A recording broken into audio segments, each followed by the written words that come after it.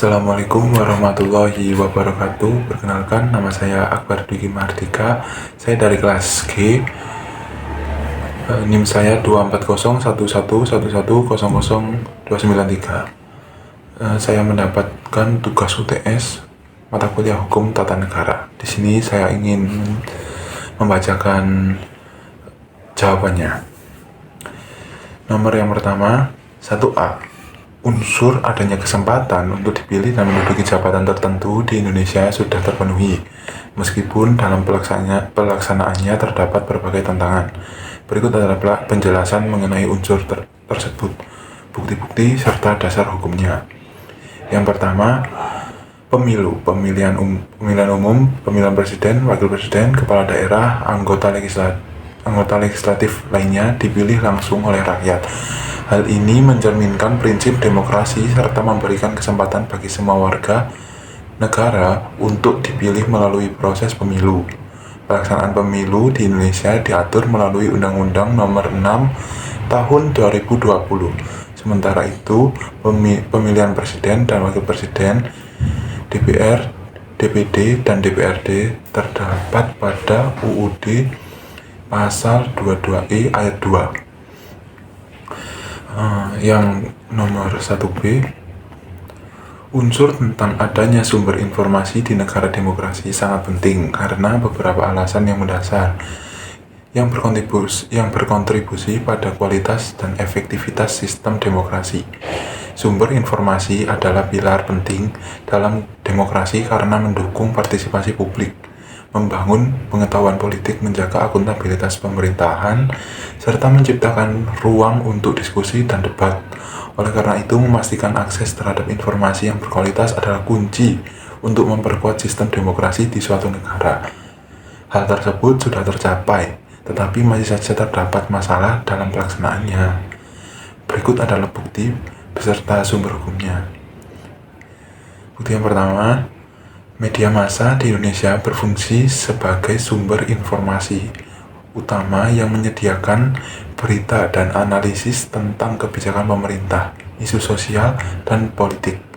Kebebasan pers dijamin oleh Pasal 28F UUD 1945 yang memberikan hak kepada setiap orang untuk berkomunikasi dan memperoleh informasi. Selanjutnya, yang nomor 1C. Unsur tentang adanya pemilihan yang bebas dan adil di Indonesia sudah tercapai melalui adanya pemilu. Pelaksanaan pemilu yang bebas dan jujur merupakan salah satu unsur fundamental dalam negara demokrasi.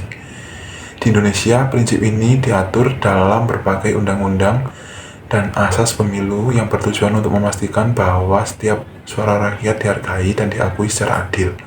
KPU dan Bawaslu berperan dalam pengawasan agar tercipta pemilu yang transparansi. Hal ini sesuai dengan UUD 1945 Pasal 22E dan Undang-Undang Nomor 7 Tahun 2017. Selanjutnya, jawaban nomor 2, proses pemberhentian presiden dan wakil presiden menurut undang-undang adalah pertama, proses pemberhentian dimulai dari DPR yang mengajukan usulan kepada MPR. Sebelum itu, DPR harus meminta Mahkamah Konstitusi untuk memeriksa, mengadili, dan memutuskan pendapat DPR bahwa presiden dan wakil presiden telah melakukan pelanggaran hukum seperti pengkhianatan terhadap negara, korupsi, penyuapan, tindak pidana berat lainnya, atau perbuatan tercela.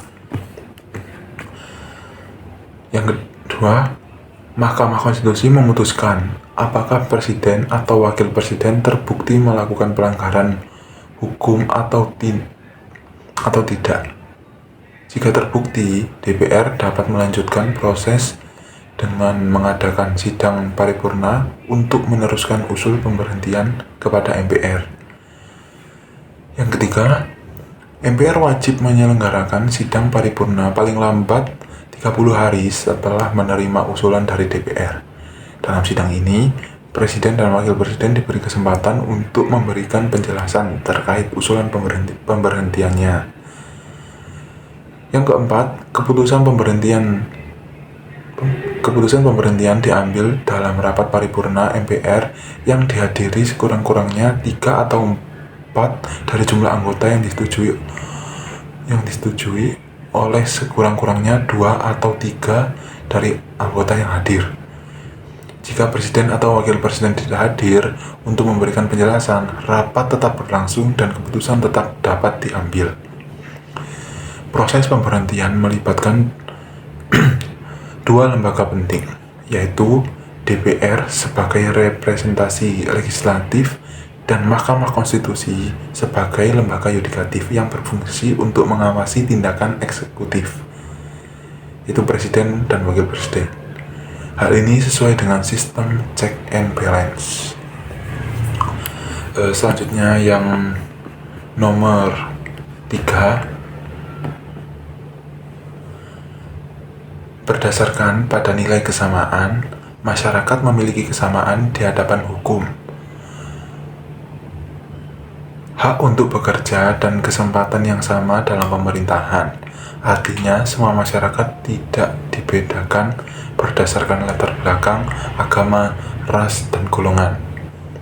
Sedangkan, nilai kebebasan dalam konteks hak asasi manusia merupakan salah satu nilai fundamental yang menjamin hak setiap individu untuk berpikir, berpendapat, dan mengekspresikan diri. Selanjutnya, saya membacakan jawaban nomor 4.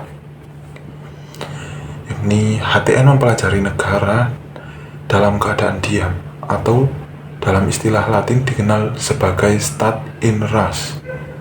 Ini mencakup struktur, organisasi, dan dasar-dasar konstitusi negara. HTN mengatur hubungan antara negara dan warga negara, termasuk aspek seperti bentuk negara, sistem pemerintahan, serta hak dan kewajiban warga negara. Sebaliknya, Han mempelajari negara dalam keadaan bergerak atau stat in beweging. Ini berkaitan dengan bagaimana negara menjalankan tugas dan fungsinya sehari-hari. Han mengatur aspek administratif dari pemerintahan dan interaksi antara pemerintah dengan masyarakat. Selanjutnya, nomor 5, yaitu kelebihan dan kekurangan otonomi daerah. Yang pertama, kelebihan otonomi daerah. Itu terdapat pemberdayaan masyarakat. Dengan otonomi, masyarakat memiliki kesempatan lebih besar untuk berpartisipasi dalam pengambilan keputusan yang mempengaruhi kehidupan mereka. Di Kabupaten Banyuwangi misalnya, masyarakat terlibat aktif dalam perencanaan pembangunan melalui forum musyawarah desa. Selanjutnya yang kedua, dalam inovasi dalam pelayanan publik. Pemerintah daerah dapat melakukan inovasi dalam pelayanan publik sesuai dengan karakteristik daerah masing-masing. Contohnya seperti Kota Bandung, mengembangkan aplikasi layanan publik yang memudahkan warga dalam mengakses informasi dan layanan pemerintah. Selanjutnya, percepatan pembangunan daerah. Otonomi daerah seringkali mempercepat pelaksanaan proyek pembangunan karena pemerintah daerah lebih memahami kondisi dan potensi wilayahnya. Contohnya seperti Kota Surabaya berhasil meningkatkan infrastruktur kota dengan cepat melalui kebijakan otonomi yang memungkinkan pengelolaan anggaran secara mandiri. Selanjutnya, kelemahan dari otonomi daerah. Yang pertama, korupsi dan nepotisme. Desentralisasi kekuasaan dapat meningkatkan risiko korupsi, kolusi, dan nepotisme di tingkat daerah. Di beberapa daerah, seperti di Kabupaten Kutai Kartanegara, laporan mengenai penyalahgunaan anggaran daerah menunjukkan bahwa kurangnya pengawasan dari pemerintah pusat berpotensi menyebabkan praktik KKN.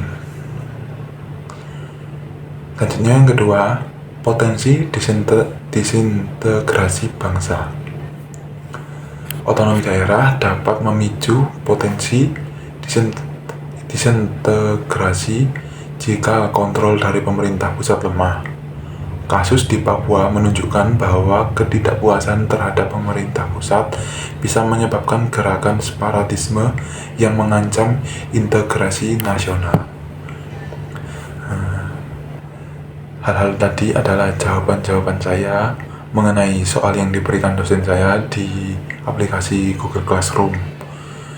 Selebihnya, bila ada salah kata atau salah ucap, saya mohon maaf sebesar-besarnya. Saya Akbar Dwi Ki Mardika. Wassalamualaikum warahmatullahi wabarakatuh.